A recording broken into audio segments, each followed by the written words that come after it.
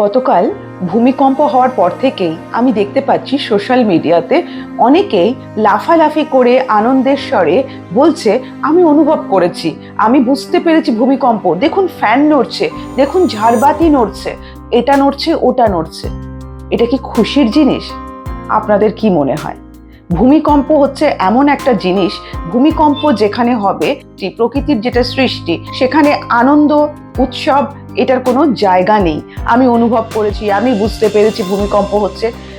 পরিবেশ তত্ত্ববিদরা কিন্তু বারে বারে 2000 থেকে তারা সচেতন করে চলেছে আমাদের প্রশাসনকে যে কলকাতা হচ্ছে ভূমিকম্প প্রবণ এলাকা, যেখানে বারে বারে তারা সচেতন করে চলেছেন, কিন্তু সেই সচেতনতার কোনো কথাই আমাদের প্রশাসন শোনেননি।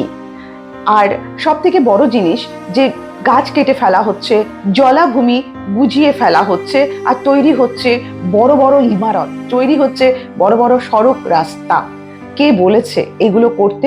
এই জিনিসগুলো করার জন্য কত মানুষের প্রাণ সংশয় হচ্ছে। কিন্তু আমরা কোথায় যাব ওই কলকাতা ছেড়ে? তাহলে আমাদেরকে কি সচেতন হতে হবে না? আমরা সচেতন হয়েও লাভ নেই, কারণ প্রশাসনকে সচেতন হতে হবে।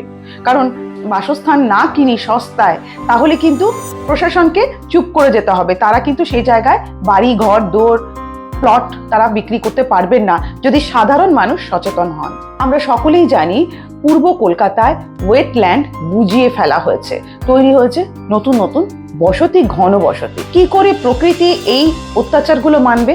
তাই না? যেভাবে অত্যাচার হয়ে চলেছে, প্রকৃতি কিন্তু অত্যাচার সহ্য করবে না। প্রকৃতি নিজস্ব নিয়মেই কিন্তু চলবে। যেখানে যেখানে ভূমিকম্পে শেষ হয়ে গেছে গোটা দেশ, সেগুলো একটু ভেবে দেখুন যে কি কষ্ট, কি প্যাথেটিক ভাবে তারা মৃত্যুবরণ করেছে। ছোট ছোট শিশু থেকে শুরু করে সকলে, বৃদ্ধ পর্যন্ত প্রতিটি মানুষ।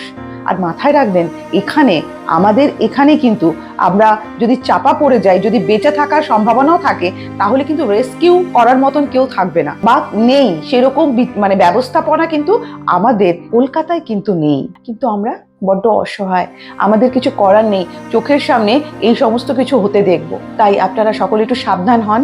আর যারা সস্তায় ওয়েটল্যান্ডগুলোতে যেখানে বাড়ি হচ্ছে, নতুন প্লট তৈরি হচ্ছে, প্লিজ আপনারা যাবেন না, কারণ একটু একটু করেই আমরা মৃত্যুর মুখে এগিয়ে যাচ্ছি। যাই হোক, এটা আমার ধারণা। আপনাদের যেটা ধারণা অবশ্যই জানাতে পারেন।